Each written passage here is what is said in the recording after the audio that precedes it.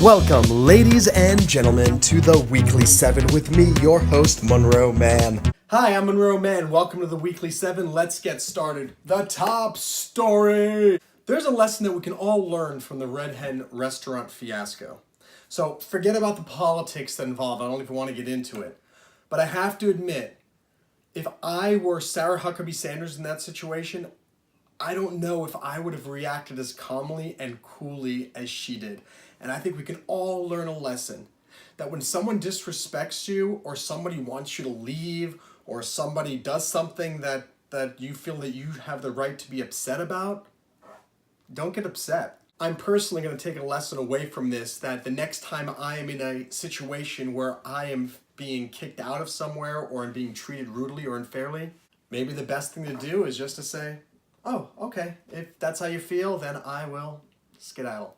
For the world story today, of course, the FIFA 2018 Soccer World Cup. We've got Colombia versus Poland. We've got everybody in the world is playing. Well, China's not in it, neither is the United States. The two biggest countries in the whole world, and we can't find any players that are good enough to compete in the World Cup. And how funny, because the United States has the World Cup, I think, in 2026 or something like that. Come on, the United States, let's go. Will you get some better soccer players? And please make sure that you're actually in the World Cup when you're hosting the World Cup.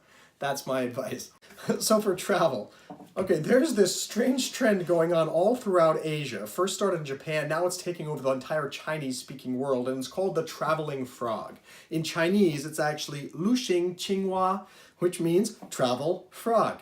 And it's a game, I guess similar to Pokemon to some extent, but strangely enough, it's all in Japanese, and yet everyone in China is going crazy about it.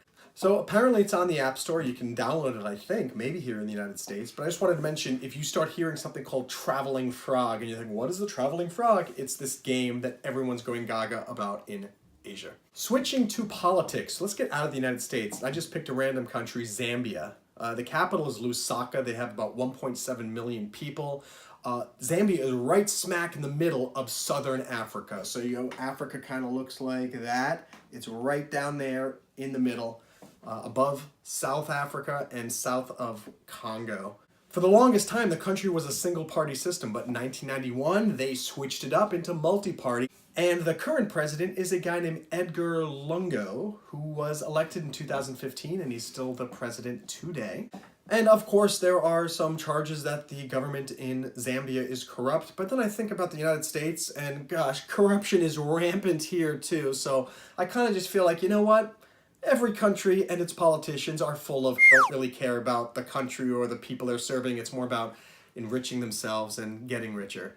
Not so cool. For entertainment, two stories, one coming from India and one coming from Nigeria. As you may know, India actually makes more movies per year than Hollywood. It's called Bollywood. Well, I'm sure none of you have actually seen a Bollywood production. Well, just recently a brand new Bollywood production has come out, and I put the link down below in the information section so you can click on it and watch it. It's a new supernatural TV show called Ki Raat.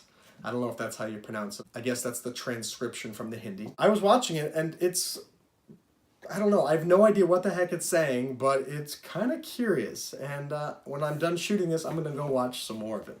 So check it out, Entertainment Ki Raat. Now, switching back over to Africa, there is a rap star called Olamide or Olamide. I don't know, the spelling is on the screen. And he's being hailed as the king of rap in Western Africa.